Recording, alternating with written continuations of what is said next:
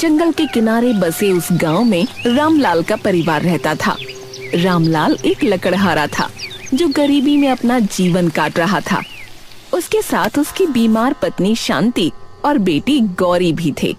वो तीनों इस सर्दी में जूझने की कोशिश कर रहे थे। रामलाल, तुम्हारे हाथ तो ये बर्फ जैसे ठंडे हैं रे।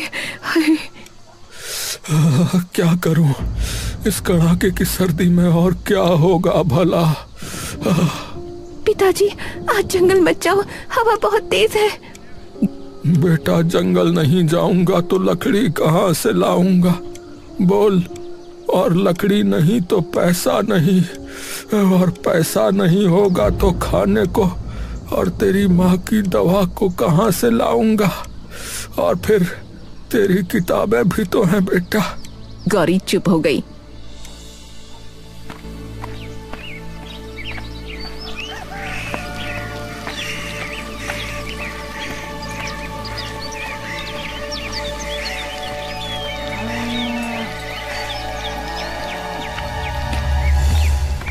अरे रामलाल भैया, अरे इतनी जल्दी सुबह सुबह ऐसे चले जा रहे हो जैसे जंगल में सोना बिखरा पड़ा हो। अरे सोना तो नहीं मस्तराम, पर लकड़ी जरूर बिखरी है, और वही मेरा सोना है। हाँ भाई हाँ, आज जमींदार साहब के यहाँ भी जाना है ना। अरे बड़ी दावत है, वहाँ तो तुम्हारे हाथों के बने पकवानों की धूम मचेगी भाई। अरे हाँ हाँ, वहाँ भी तो जाना है। गौरी की फीस के लिए, शांति की दवा के लिए कुछ तो कमाना होगा भाई। सिर्फ लकड़ी काटने से भला कहाँ काम चलता है, बोलो। अरे भैया ध्यान रखना, कहीं इस सर्दी में तुम्हारा ही काम तमाम ना हो जाए। हाँ मस्तराम हंसता हुआ चला गया।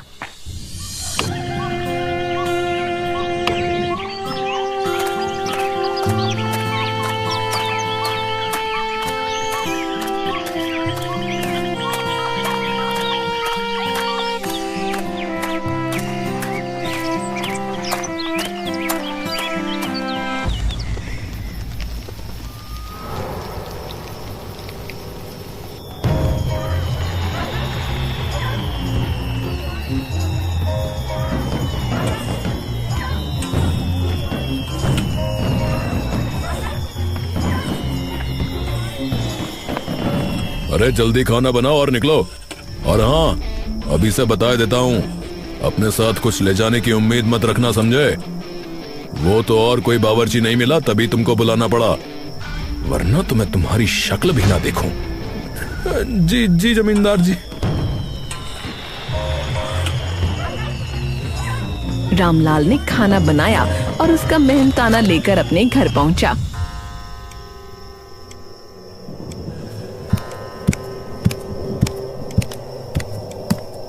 पिताजी आ गए, खाना बन गया है, आ जाओ खा लो। क्या बना है? चावल के सिवा घर में कुछ नहीं था, सादे चावल और चटनी है। कोई बात नहीं। रामलाल को खाने की चिंता नहीं थी, क्योंकि उसके दिमाग में एक बड़ी चिंता चल रही थी। गौरी बड़ी हो रही थी और अब उसकी शादी करनी थी, लेकिन कैसे? शांति, गौरी की शादी करनी है, अब लड़का वगैरह देखना शुरू करो। हाँ, मैं भी वही सोच रही थी। 12वीं पास कर चुकी है अपनी गुड़िया। ये बात सिर्फ रामलाल के घर में नहीं, गांव के चौपाल पर भी हो रही थी। अरे मस्त राम, अरे ये रामलाल अपनी बेटी का क्या करेगा भाई? है, उम्र तो खत्म हो रही है लड़की की। अरे भाई, उसकी फिक्र काहे कर रहे हो तुम लोग? हैं? तुम तो 50 के होके भी कुंवारे हो। इस ठंड में अकेले लेटते कैसा लगता है? अरे बकवास ना करो। है, मैं तो आदमी हूँ, वो गौरी जो है वो तो लड़की है बेचारी। अरे रामलाल के घर में शादी की नहीं, बल्कि एक कंबल की जरूरत है भैया, क्योंकि उनके पास एक ही है जो तीनों जनों को ढांपता है। अरे मजाक छोड़ो भाई। अरे लड़की 12वीं पास है, हैं? इतनी पढ़ी लिखी लड़की को कोई लेगा भी तो दहेज मांगेगा। और रामलाल के पास है क्या? है टूटी कुल्हाड़ी और फूटी किस्मत। रामलाल ने दूर से सब सुना और दहेज शब्द सुनते ही रामलाल की टांगे कांप जाती हैं। हे भगवान, मेरी बच्ची की शादी करवा दो, फिर चाहे आप मुझे अपने पास ही बुला लो, मुझे कोई मतलब नहीं। उस दिन रामलाल इन्हीं सोचों में डूबा रहा।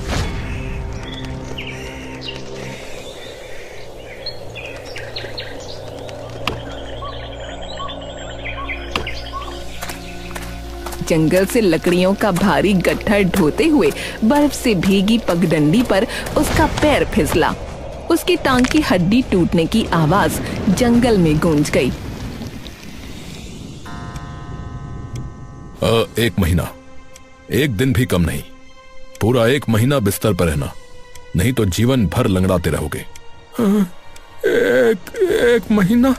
डॉक्टर साहब, मेरा घर, मेरी बीमार पत्नी, मेरी बेटी, वो कैसे? हे भगवान, अब तो सचमुच अंत हो गया, सब खत्म हो गया। घर की कमान अब उन नन्हे पर मजबूत कंधों पर आ गई जो हमेशा किताबें थामती थीं। गौरी ने आंसू पोंछे और सीधा जमींदार विजय सिंह की हवेली का रुख किया।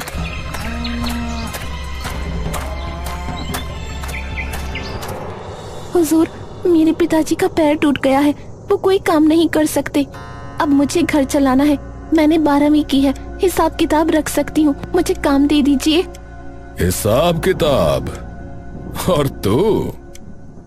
हाँ, ठीक है, चल आ जाना, मेरा मन भी लग जाएगा।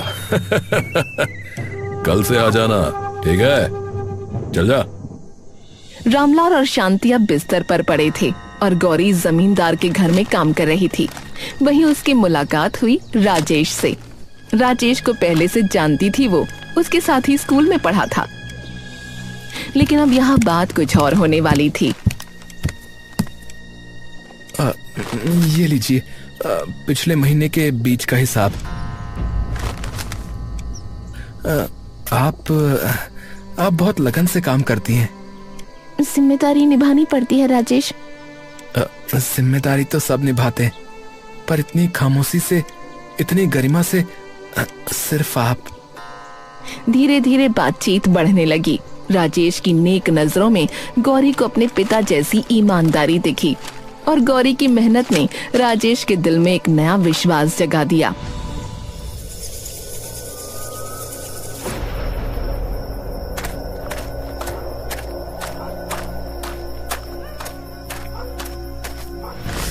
गौरी, रुक जाओ, मैं रोक नहीं पा रहा। तुम्हारी हर मुसीबत में मुस्कुराहट, तुम्हारा हर दिन अपने परिवार के लिए जीना मुझे बेकरार कर देता है। मैं तुमसे प्यार करने लगा हूँ। राजेश, ये मैं तुमसे विवाह करना चाहता हूँ। मुझे बस तुम्हारा साथ चाहिए। गौरी का दिल एक पल को थमसा गया। उसकी आंखों के सामने एक सुनहरे सपने का चित्र उभरा। शायद यही सही है, मुझे राजेश की बात मान लेनी चाहिए। मेरे माता पिता हमेशा मेरी शादी के लिए परेशान रहते हैं, मैं उनकी सारी परेशानियां खत्म कर दूंगी। किस सोच में डूबी हो गौरी? नहीं, कुछ नहीं, बस मैं सोच रही थी कि तुम सही कह रहे हो, मैं भी तुम्हें पसंद करती हूँ। लेकिन ये बात गौरी अपने माता पिता से करती उससे पहले ही जमींदार को पता लग गया। क्या? उस लकड़हारे की लड़की और मेरा नौकर? मैं ऐसा नहीं होने दूंगा। गांव में खबर फैला दो, मेरे यहाँ काम करते हुए मेरे ही नौकर को बहकाया है।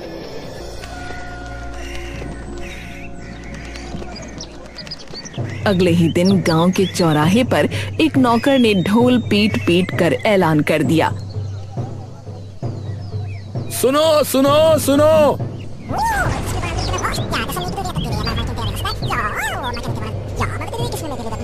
ए भैया सुनो सुनो, ए भैया सुनो सुनो सुनो।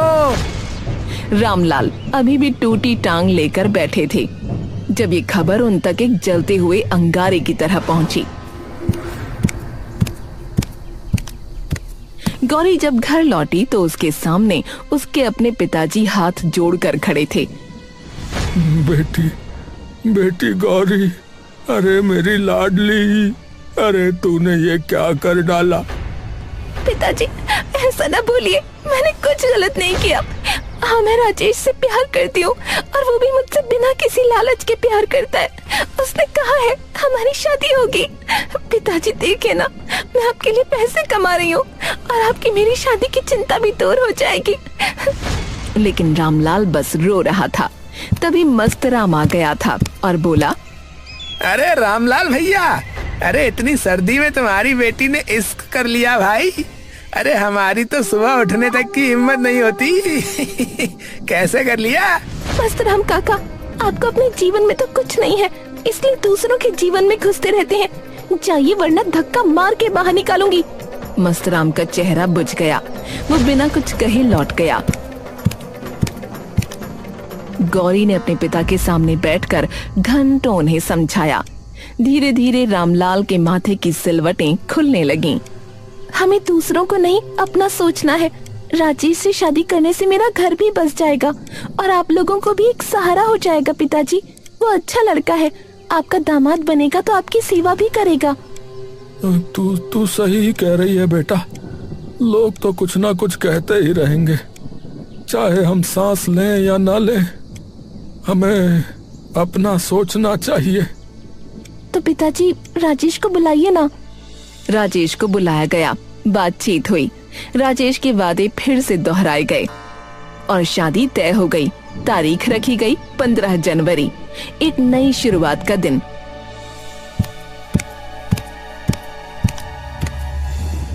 लेकिन इतनी जल्दी क्या है? अभी तो इतनी सर्दी हो रही है। सर्दी में हमें जीना नहीं छोड़ देना ना माँ, तो शादी क्यों टालनी है?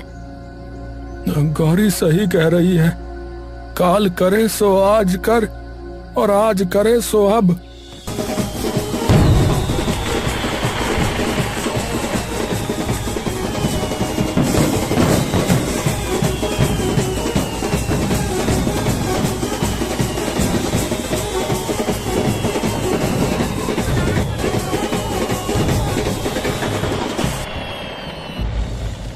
सुनो भैया, हमारा लड़का तो पढ़ा लिखा है। हमें जो है ना 50,000 रुपए जो है नकद चाहिए भैया। हाँ, और जो है एक नई मोटरसाइकिल भी। हाँ, इन लोगों ने प्रेम विवाह करने का सोच लिया, लेकिन हमें तो समाज के हिसाब से चलना है ना। समझ रहे हो ना? अरे भाई साहब, अरे हमारी हैसियत तो आप जानते ही हैं। अरे हैसियत है? अरे तो फिर शादी की हैसियत कैसे आ गई है? कैसे हो गई हिम्मत तुम्हारी? अरे नहीं है कुछ तो शादी नहीं होगी। ए चलो रे, वापस चलो, वापस जाएगी बारात रे, वापस लौटा। उठ, कोई शादी वादी नहीं होगी, चल। राजेश, अपने पिताजी को समझाओ। लेकिन राजेश चुप रहा, कुछ नहीं बोला। सब कुछ ठहरा सा लगा। मैं और काम करूंगी, कर्ज लेकर दे दूंगी, बस आज के दिन को मत मारिए। अरे कर्जा? अरे तेरे कर्ज से हमारी इज्जत नहीं चलेगी लड़की। चलो बेटा यहाँ से चलो। चलो, बाजा वाला चल वापस। रामलाल का घर एक तमाशा बन गया। अरे भैया, इतनी सर्दी में हम सबको इकट्ठा कर लिया और शादी भी नहीं करी, बताओ। चलो कम से कम खाना तो खा ही लेता हूँ। बड़ा अपने माथे का कलंक धोने चली थी। ले, तेरे एक और कलंक लग गया। अब कौन करेगा तुझसे शादी? जमींदार जी, आप? और अब कल से काम पर भी मत आना, समझी? ऐसी लड़की को मैं अपने घर में नहीं बुला सकता। रामलाल टूट चुका था। शांति की तबीयत इस सदमे से और बिगड़ गई। उनके जीवन में अंधेरा और गहरा होता चला गया। सारी उम्मीदें खत्म हो गई। अरे सब बर्बाद हो गया, सब बर्बाद हो गया। लेकिन वो कहते हैं ना, जब एक रास्ता बंद होता है तो दूसरा खुल जाता है। अगले दिन शहर से एक चमकती हुई कार गांव की धूल उड़ाती हुई आई। उसमें से उतरा गौरी का बचपन का दोस्त श्याम। गौरी ने उसे सब बताया। हे भगवान, ये तो बहुत बुरा हुआ। रामलाल चाचा, आप फिक्र मत करिए, मैं गौरी की नौकरी भी लगवा दूंगा और गौरी की शादी, उसके लिए लड़का भी मैं ढूंढूंगा। एक इंसान जो दहेज नहीं, उसकी ताकत को पहचाने। नौकरी कहाँ? शहर चलना मेरे साथ, वहां बहुत काम है। रामलाल के परिवार को फिर से सांस आई, एक उम्मीद की किरण। लेकिन तभी कड़ाके की सर्दी ने शांति को अपनी जद में ले लिया। रामलाल, मेरी गौरी, उसे खुश रखना। ओह, तुम दोनों मेरी जान। अरे नहीं, शांति, ऐसे मत जाओ शांति। शांति दुनिया छोड़कर चली गई। रामलाल और गौरी पहले से भी ज्यादा टूट गए। उनके जीवन में कुछ भी सही होता नहीं नजर आ रहा था। इस दौरान श्याम ने राजेश से मिलने का फैसला किया। वो जानना चाहता था कि आखिर हुआ क्या था। श्याम भाई, मैं बेबस था। जमींदार साहब ने मेरे पिताजी को बुलाया था, कहा या तो शादी रोक दो या फिर तुम्हारा काम यहीं खत्म। मेरे बूढ़े पिताजी बेबस हो गए। अरे लेकिन ऐसा क्यों? उसे इसमें क्या मिला? बदला भाई। रामलाल चाचा ने एक बार जमींदार के काले धंधे में साथ देने से मना कर दिया था भाई। काला धंधा? कौन सा काला धंधा? वो गैरकानूनी सामान का कारोबार करता था। उसने रामलाल चाचा से लकड़ी के बहाने उस सामान को इधर उधर पहुंचाने के लिए कहा था, लेकिन उन्होंने साफ मना कर दिया। बस तभी से उसने उनके घर को बर्बाद करने की ठान ली। श्याम का चेहरा पत्थर की तरह जम गया। उसकी आंखों में गुस्से की बर्फीली लपटें नाच उठीं। उसने फोन उठाया।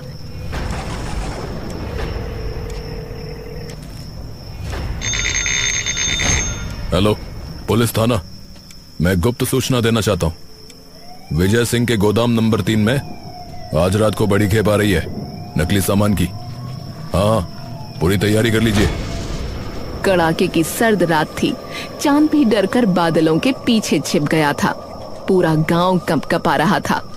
तभी पुलिस ने जमींदार के गुप्त गोदाम को चारों तरफ से घेर लिया।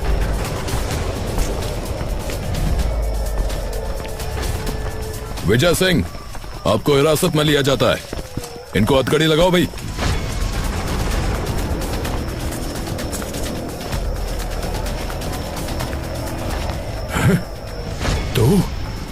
तू यहां क्यों है? और तू पुलिस के साथ क्यों खड़ा है रे? क्योंकि मैंने ही पुलिस को बुलाया है। अपने ही बाप के साथ ये गद्दारी कर रहा है तू? हाँ, क्योंकि आपने मेरे साथ गद्दारी की। 20 साल पहले आपकी पत्नी मुझे लेकर आपको छोड़कर जा रही थी, इसी काले धंधे की वजह से। पर आपने कसम खाई थी कि अब ऐसा कुछ नहीं करोगे, लेकिन आपने धोखा दिया, अपनी मरी हुई पत्नी को भी और अपने बेटे को भी। चलो, हमारे साथ जो किया सो किया, लेकिन आपने रामलाल चाचा के साथ क्या किया? गौरी के साथ क्या किया? वो क्या था? मेरी मां सही कहती थी, आपका दिल नहीं है, पत्थर है, पत्थर। जमींदार का सर शर्म से झुक गया था। फिर पुलिस जमींदार को ले गई।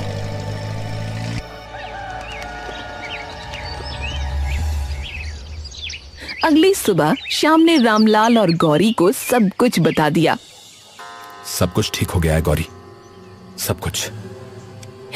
धन्यवाद श्याम, तुमने हमें ही नहीं बल्कि पूरे गांव को बचा लिया।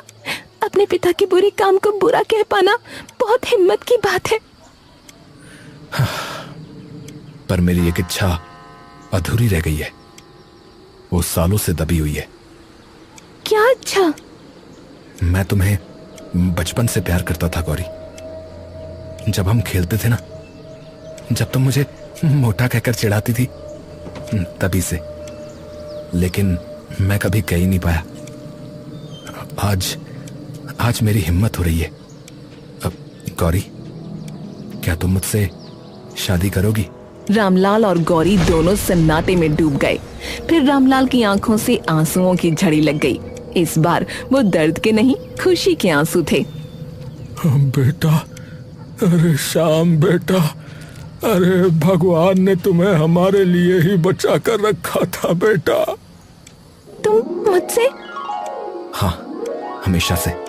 वरना बताओ, एक सॉफ्टवेयर इंजीनियर बनने के बाद भला गांव लौटकर क्यों आऊंगा? बात तो सही है। एक हफ्ते बाद सर्दी अब भी जस की तस थी, पर इस बार शादी का मंडप सजा हुआ था और उसकी अग्नि की गर्मी सबके लिए काफी थी। गांव वाले इस बार हंस नहीं रहे थे, खुश थे। बेटा माफ कर देना हम सबको, हम सब अंधे थे बेटा। अरे सब ठीक है काका, मेरी शादी है, नाचोगे नहीं? मस्तराम नाचने लगा।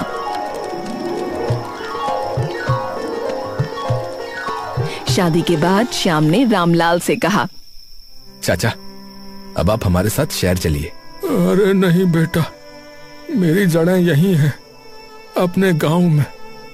इसी मिट्टी में मेरा सब कुछ दफन है बेटा। तुम लोग खुश रहो, बस एक काम करना बेटा। क्या? सर्दियों में एक अच्छा सा कंबल जरूर भेज देना, वो पुराना अब बहुत हो गया। अरे चाचा, गौरी ने आपको बताया नहीं? मैं कंबल हीटर सब ले आया हूं। अब आप लोगों को कोई ठंड नहीं लगेगी।